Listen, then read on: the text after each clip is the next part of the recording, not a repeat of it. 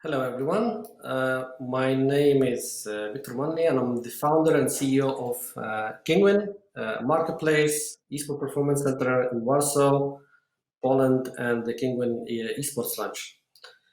Today, I have a presentation about the hospitality and the gaming business venues and their business model evolution.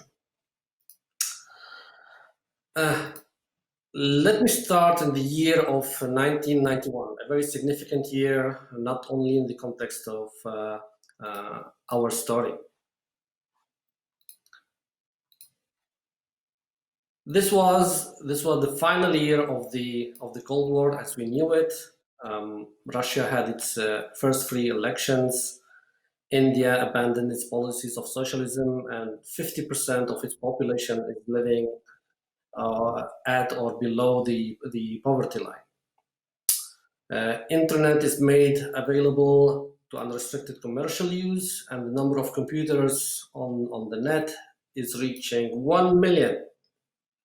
The initial speed of the internet when going full blast using a 14.4 kbps modem would take 9 minutes 15 seconds to download a 1 megabyte file.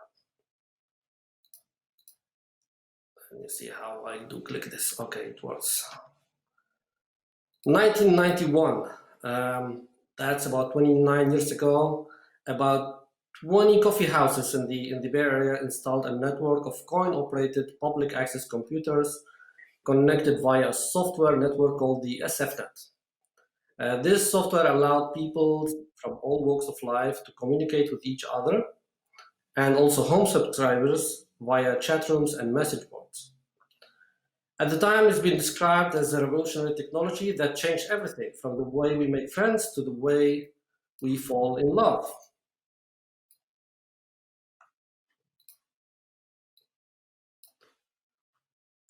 The also interesting thing there was the computers actually you see on these pictures. These were Apple computers, PCXT, and they were locked inside a polywood cabinet with vandalism-resistant paint and spill-resistant rubber coverings of the keyboards.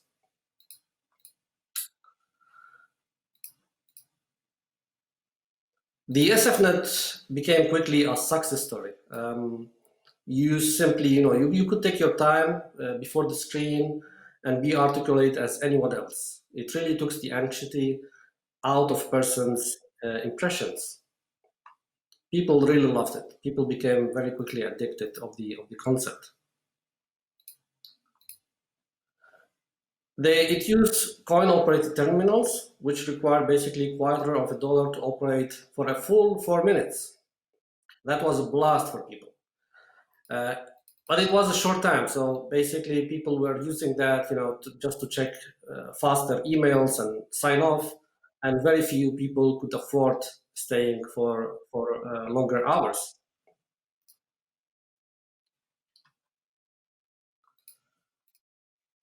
Amazingly enough, 1991, SFNet also introduced the first subscription model, as we know it. That was a very surprising fact for me, I found out.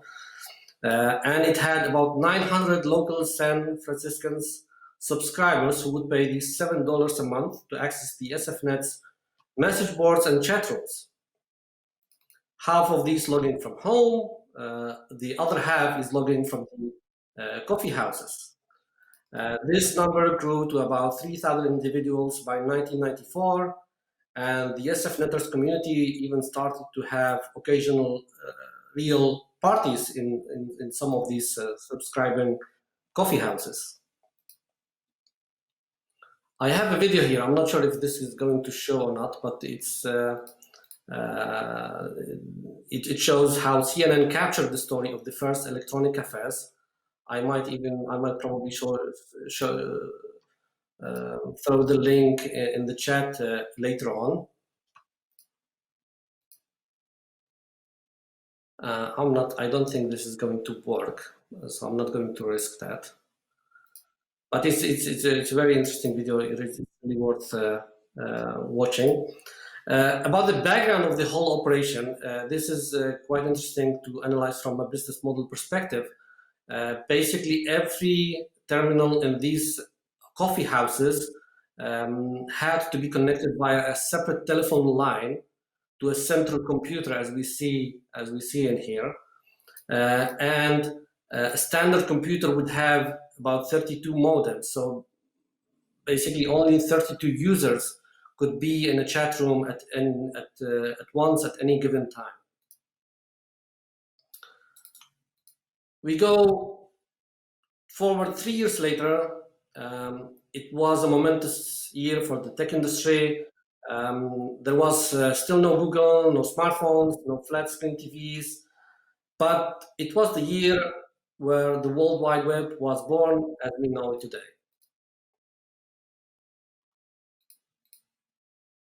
1994, Tim Berners-Lee invented the World Wide Web. He published his the very first website. This is the first Microsoft very first web page. Because it had a picture, it took a long time to load. And instead of the web as we know it today, most people use paid dial-up online services like AOL. You had to pay for every minute you used it, and you had to install it through a floppy disk, which came through mail with your subscription. 1994 also was the year of Doom arrived, the first-person shooter video game. It's been a hit ever since. Sony PlayStation arrived too, and it changed video games forever. And because mail was still expensive and not everyone had it, the fax machines were still uber popular. We are still in 1994. 94 also takes us to London, where a designer named Ivan Pope over in the UK refined the internet cafe concept. He actually proposed a cafe that centered on internet access, as opposed to regular coffee shops that offered it as just an extra amenity. Pope basically was asked to curate an internet component for just one weekend art symposium held at the Institute of the Contemporary Arts in London in March 94. And he was basically inspired by reports of cafe with bulletin board access in the US. And he brought to the world the phrase cyber cafe. So that was Ivan in the UK. This continued the same year. Siberia was found, arguably the first cyber cafe in the world, and it was found out by a Polish psychology student named Eva Pascale. She thought it would be fun to have a drink and bring her laptop to the coffee shop to send emails while having a break from work.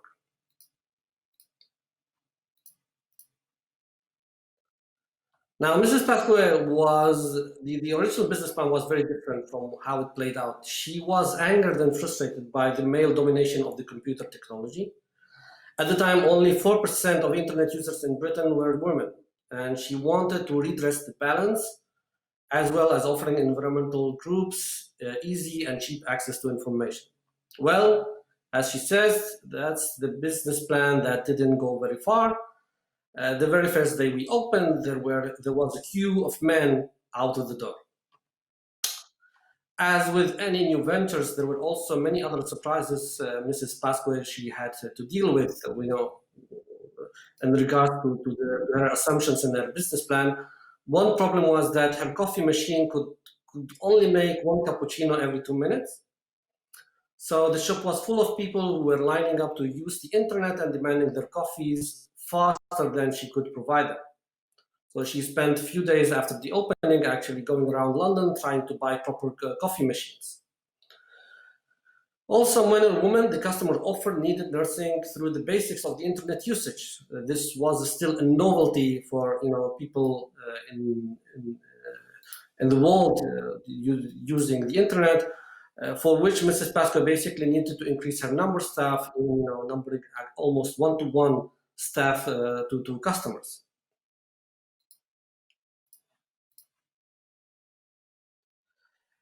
If we take a look why the concept took off of Siberia, the very first internet cafe. The key to Siberia's success has been basically to offer access to technology to first-time frog cutters who, while still attracting that what Pascale referred as top nerds. And that's a very important concept because it introduces the community to cyber cafes and game cafes as we know them today. Basically, Siberia London basement, it has a basement which was subnamed Sub-Siberia. It became a thriving hub of activity. For example, the mentioned Ivan Pop's Web Media, one of the first web design and build companies, was the first tenant occupying part of the basement. Sub-Siberia also became home to post-rave Sunday morning breakfast club and cafes gamer space, and was really frequented with gamers 24/7. It would see music artists passing through. For example, Kylie Minogue had held a press event at the venue. David Bowie would perform and link up through BowieNet.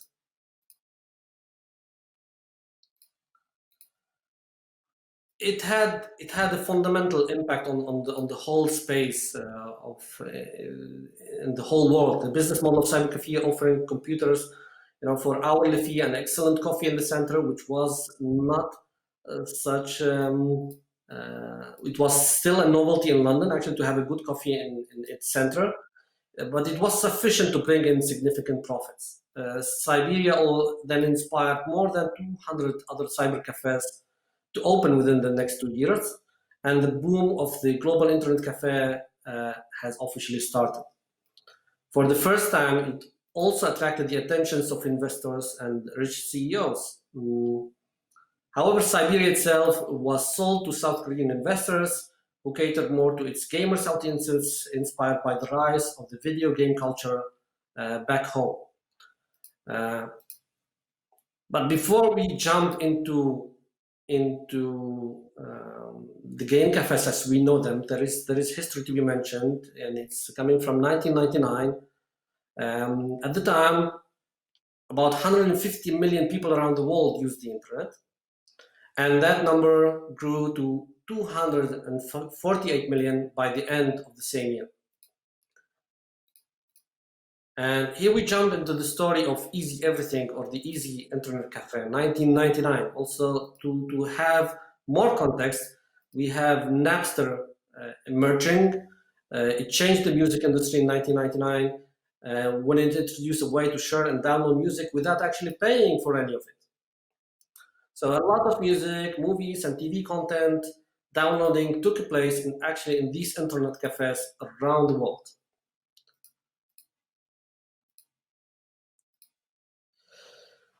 In 1999, the Greek multimillionaire entrepreneur behind one of Europe's most successful low-fare airlines, Mr. Stelios Hadji, the founder and chairman of UK-based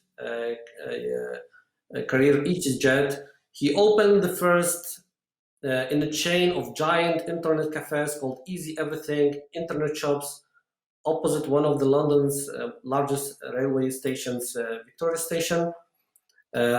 These were huge spaces with hundreds of terminals at the fraction of the price charged by Siberia for internet access. It really worked well at start.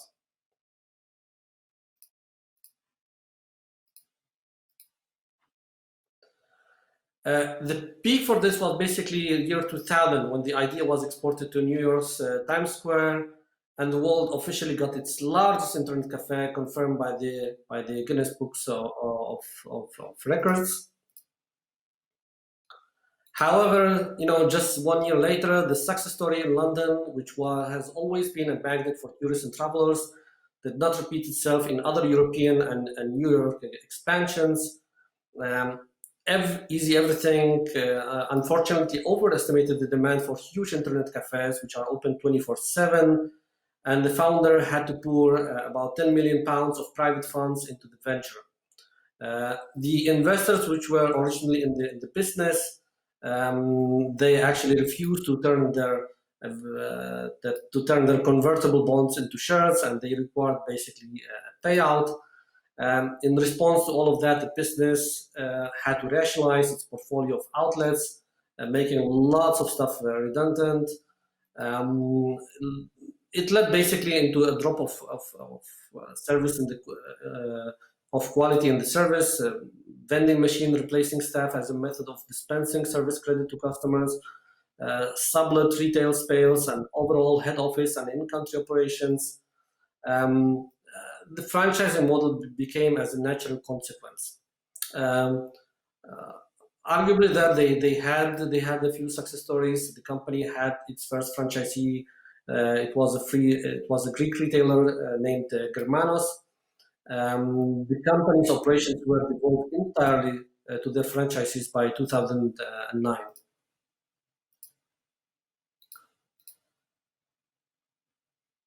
Yes, that's 2001. But here we are getting, back.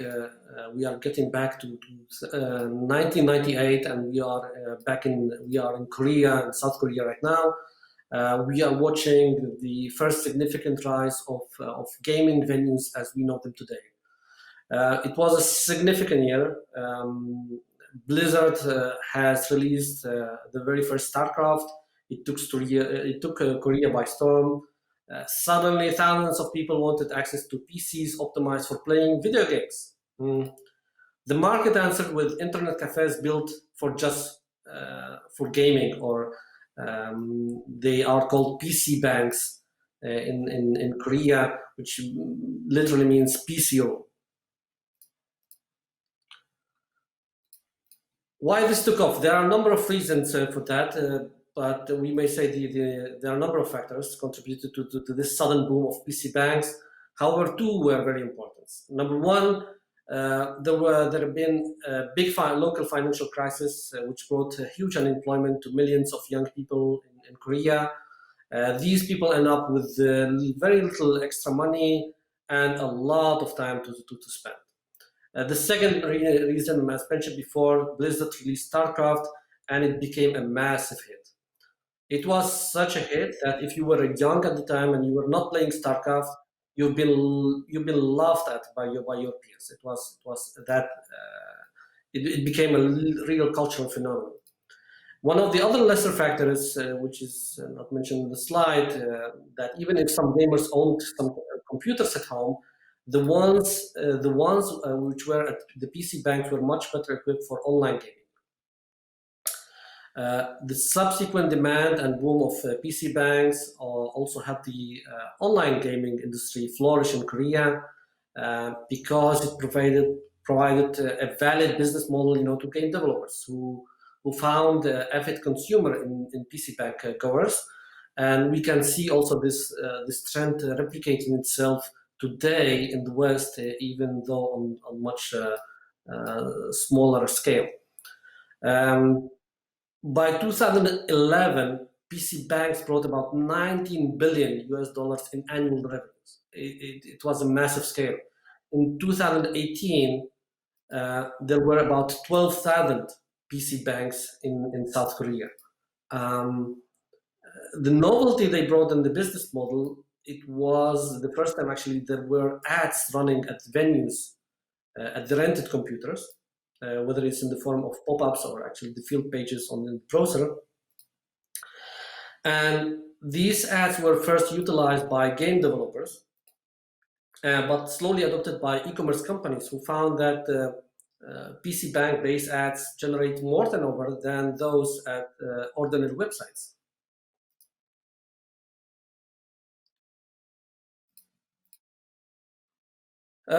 The boom in PC banks had its natural consequences, and their ever-increasing capacity also brought inevitable challenges. In the face of fierce competition, the number of PC banks increased remarkably. There was a mounting economic pressure on many of those. They became really desperate, to find some new breakthrough. And basically, they found that into turning themselves into restaurants. PC Room realized they couldn't stay in the business simply from the hourly fees of the customers. They started selling more than simple soft drinks, snacks, and instant cup noodles. However, they were also facing increasingly regulatory challenges. It slowed this trend a bit, as it put an extra financial pressure associated with remodeling costs of these PC banks. Other PC banks were formed as mega PC ROMs, and specifically opened in Gangnam in Seoul, with an average of 300 to 400 computers, and charging only about 500 won per hour, which is about 0.40 cents dollars. That was a significant decrease from the previous amounts charged. And they wanted to make a profit by serving food as consumers stayed longer due to cheaper fees and just getting hungry. Well, still, despite the relentless efforts to stay afloat, PC rooms were met with yet another challenge. The economy was back on track, and they were facing skyrocketing minimum wage. It was a big issue. It was a pressure. The PC bank's answer was an automation, using payment kiosks and lowering staff numbers, especially for night shifts. Overall saving efforts led to significant drop in service quality. Hardware also became neglected and not upgraded as often before. This led slowly, inevitably, to gamers preferring their home environment as society simply also got more rich. Right. Jumping forward, I guess we don't have enough too much time. Let's go. Fast forward, our timeline now welcomes the magical year of 2019. It doesn't mean that nothing that happened before. We had, for example, the financial crisis, which caused that in between 2010 2012 there was a significant slowdown in the development of internet and game cafes worldwide. But 2019 is significant because I consider it in many ways to become the start of the golden age of esports, and that brought some very interesting developments. The phenomenon of esports is getting mainstream attention. Fresh money is pouring in. First, we see esports team getting funded, and now the next capital wave seems to be increasingly settling in the esports infrastructure. Esports, in the investor's mind, resembled a very familiar sports industry, and so did investors' action. This resulted into remarkable innovation from new formats like we see arenas, we see lounges, training center facilities, to complete hotels and even medical centers. But I'm going to highlight only just a few of these cases. So, for example, arenas. The first big money in esports infrastructure is trying to emulate basically the big sports stadiums idea. You have spectators-focused venues, state-of-the-art content production facility, and this seems to be the connecting theme across all continents and all concepts. When it comes to business model, the feedback I'm having from the industry is that they are trying to figure it out. There is no major revenue stream model dominating across these venues, and basically they're trying to figure out what's next. Especially COVID situation has complicated things considerably for them. Then we have lounges. These are remarkably smaller formats. On the other hand, they're really focusing on gathering smaller local communities into an everyday activities together. They are smaller, they're more compact, and with clear message to the gamers. Come enjoy yourself every single day. Launches in the West, compared to the East, they seem to fall the early path of PC banks in terms of business model. Usually charging hourly fee for gaming and serving food and drinks while gaming. Remarkable experiment here has been also done by the Valhalla Esports Lounge in Austin, in Texas, where the guys are not actually charging anything for gaming on the computers, but living entirely from food and beverages, and they have seen quite considerable success in that regard.